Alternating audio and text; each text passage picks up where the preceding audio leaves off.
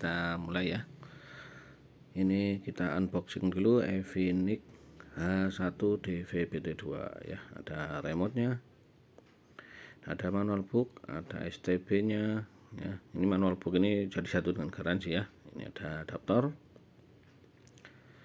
ada baterai, ada RCA ya. Jadi satu box itu isinya itu. Baik, kita mulai nginstal ya. Apa yang dilakukan ini RCA-nya ya, tapi di TV ini saya menggunakan HDMI. Ini kabel HDMI antena ya. Jadi ada ini remote ya. Jadi kita buka dulu, kita pasang.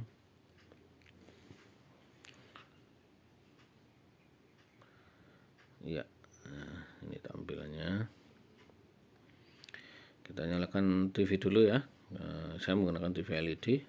Jadi saya menggunakan HDMI, otomatis inputnya jangan lupa ya, inputnya menggunakan HDMI.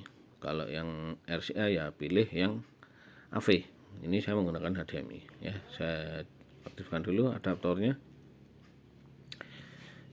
Ya, jadi Evinik H1 ini sudah menggunakan adaptor. Jadi panasnya itu terbagi dua ya, ada di adaptor dan ada di boxnya. Jadi keunggulan, salah satu keunggulan Evinik ini di sini ya, adaptor kalau rusak juga gampang ya. Ini colok kabel antena di input antena STB ya. Jadi di input antena STB ya, HDMI yang gaping ini juga dicolok di portnya HDMI. Yang terakhir colok kabel adaptor. Jadi colok adaptor ya. Adaptornya ini 5 volt ya, bukan 12. Ini 5 volt. Ada saklar on ya, tinggal di on kan ya. Kita lihat, nah ini ada tulisan boot dan ini bootingnya. Tampilannya bootingnya begini ya. Nah, keren banget. Nah, kita tunggu ya. Dari membuka ya, dia menghitung mundur 10 detik ya. Enggak diapa-apain, ini saya enggak pencet apa-apa ya. Dia akan mencari otomatis sedang scanning TP ya. Jadi dia scanning DVB-T2. Ingat ya, antena harus memadai ya. Jadi syarat utama untuk mendapatkan siaran ini adalah antena. Jadi cek dulu pakai aplikasi sinyal TV digital ya, masuk zona apa. Nah, zona itu kita udah ketahui jaraknya berapa kilometer dari tempat kita ke pemancar. Itu menentukan jenis antenanya pakai apa gitu ya. Nah, ini sudah mulai mendapatkan ya. Di channel 15 dia sudah mulai mendapatkan. Jadi channelnya bergantung antena. Nah, saya menggunakan antena outdoor ini ya. Nah, jadi antena outdoor yang dipasang di bawah plafon ya, karena jarak tempat kami ini tidak terlalu jauh.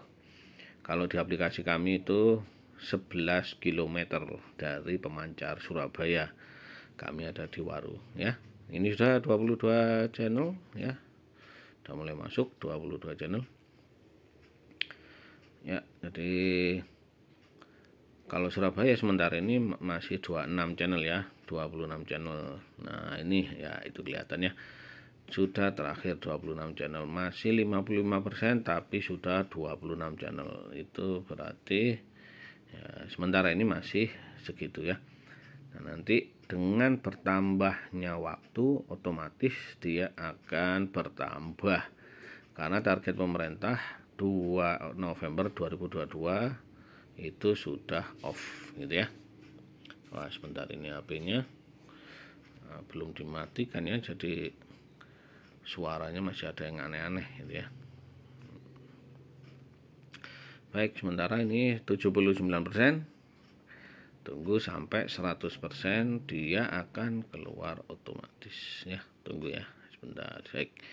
Jadi yang DVB-T2 ini wajib menggunakan antena sesuai dengan lokasi ya.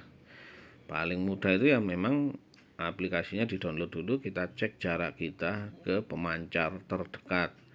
Dengan aplikasi itu kita bisa mengetahui jumlah channel yang akan kita target ya. Ini sudah tersimpan 26 channel.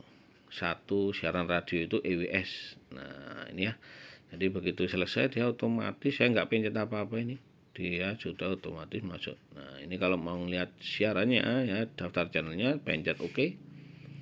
Pencet OK, dia akan menampilkan daftar channel. Nah tinggal kita pilih aja. Nah kita pilih mau yang mana gitu ya. Trans TV HD, jadi banyak channel HD nya ya, bening banget ya. Di Surabaya sudah lumayan banyak ya, apalagi Jakarta ya yang sudah 50 lebih. Kita yang di Surabaya aja 26 channel udah lumayan banget, udah banyak ya. Dengan bertambahnya waktu ya otomatis akan bertambah pula siarannya ya, bening banget ya. TVRI Sport ada HD kualitasnya ya. Ini kita nonton dulu Liga Inggris yang ditampilkan.